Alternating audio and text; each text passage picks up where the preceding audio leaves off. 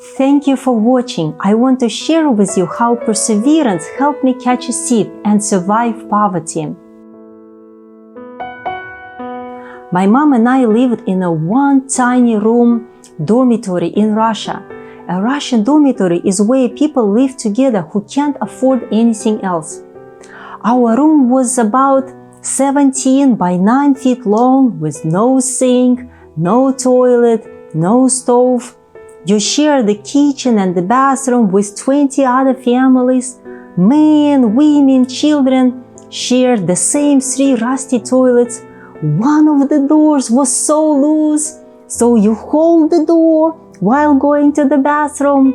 You dare not sit on the toilet as it is so dirty.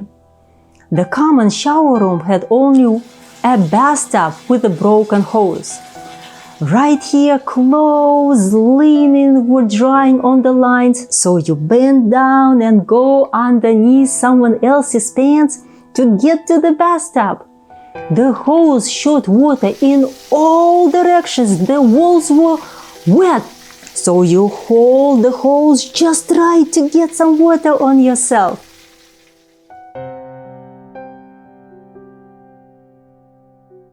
Do you depend on what others think of you?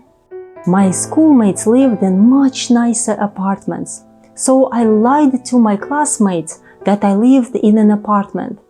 So when we walked together from school, I said, "Bye, see you tomorrow." And then I went inside an apartment building and I stood there until my classmates passed by. And then I turned around the corner to go back to the dormitory. My granny gave me her winter boots, my uncle gave me his black and white rabbit hat, and I wore my mom's coat made of sheepskin. But can you imagine showing up in your granny's boots and some uncle's hat in front of your classmates at school?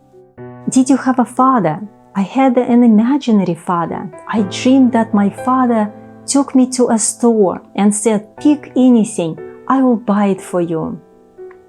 My mom was a respectful doctor, and in Russia in the 90s, doctors didn't get paid for up to 6 months. My mom worked days, nights, and weekends at the hospital to provide for both of us. And when she got her pay several months later, the money lost value because of inflation.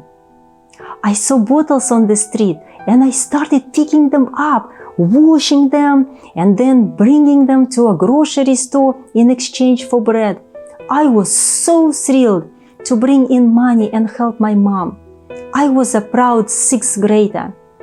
But at the same time, I turned around to see if anyone from school was watching me.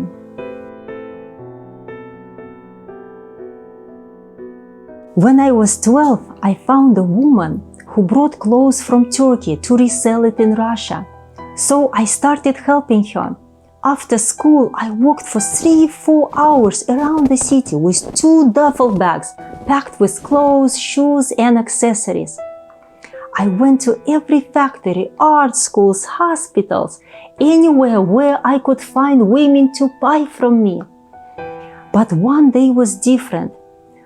I just left an art school, and as I was walking home, I counted the money, and I found 87 rubles extra.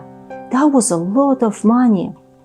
I realized that I didn't give the correct change to the art teacher. No, I'm not going back. We need that money for food. So I kept walking away. No, I can't live like that. So I stopped and I stared down at the snow. I didn't want to go back and I didn't want to go home either. How can I ask God tomorrow to help me sell things? I didn't know much about God. I simply prayed to Him. But this thought that tomorrow I would be without God on my side really hit me. So I ran back to the art school. "I knew you would come back," the teacher said. I think God tested me, and if I acted honestly, He would always take care of me. But I had a harder trial when Mr. Peter left. Mr. Peter was a good man with a good heart. He made all kinds of shoelaces by hand and took me to a big city with him to sell the shoelaces. He paid me well and he gave me half of the money he made himself. And he bought me ice cream. The big city that we went had a giant outside market. You can buy anything there. Clothing, fake designers, tennis shoes, perfumes, even a wedding dress. People were climbing over each other to look at goods. Buttons were falling off the coats. People were yelling at each other, "Let my coat go!" Thieves were stealing from head to toe, from pockets, cutting bags below. You would leave your expensive fur hat at home, or someone will lift it off your head and sell it right there. Mr. Peter had a black duffel bag packed with shoelaces. I hung the shoelaces over my arm and yelled, "Shoelaces! Who needs shoelaces?" And people yelled back to me, "Hey, shoelaces, come here!" I loved yelling and selling, but at the same time, my eyes were sorting through young faces, so I quickly turned away if I saw someone from school.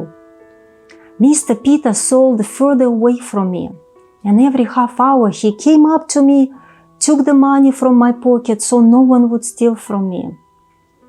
I felt happy when I was with Mr. Peter. One day we ran out of change, so Mr. Peter ran to the store. He told me to watch the bag with the shoelaces and wait for him. So I put the bag tightly between my teeth and occasionally looked at it. And the next time I looked, the bag was gone. I turned around. There was crowd on the left, the crowd on the right. In front of me, the road with buses. Which way do I go? I went left. I didn't know why I was going that way. I pushed through the crowd with my elbows for 100 yards. People were cursing at me. I kept pushing forward. I saw a little opening in front ahead and a tall man walking away. His left hand had Mr. Peter's bag. I rushed to him. I ripped the bag out of his hand. "This is Mr. Peter's bag." I didn't look at his face. He was tall. I just turned around and I walked back, and he ran away. I felt like a thief. I felt that people were staring at me. "This is Mr. Peter's bag." I kept telling myself, "I hope Mr. Peter is not back yet. He can't know that I lost his bag." I came back to the spot, and then Mr. Peter came a few minutes later. I was afraid that someone was watching us. Why did I do something so dangerous? Because Mr. Peter told me to watch the bag, and I lost it. And my mom would have to pay for the bag of shoelaces. Mr. Peter might not ever take me with him again, and my mom and I would have no money for food. I think God protected me and allowed me to get the shoelaces back. I never thought that this girl who yelled, "Shoelaces, shoelaces," to earn money for bread would be teaching you algebra today. God did not leave me. He protected me in that poverty.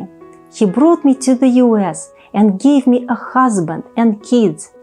And now, when I think that God loves me and wishes me good, I feel I have everything I need.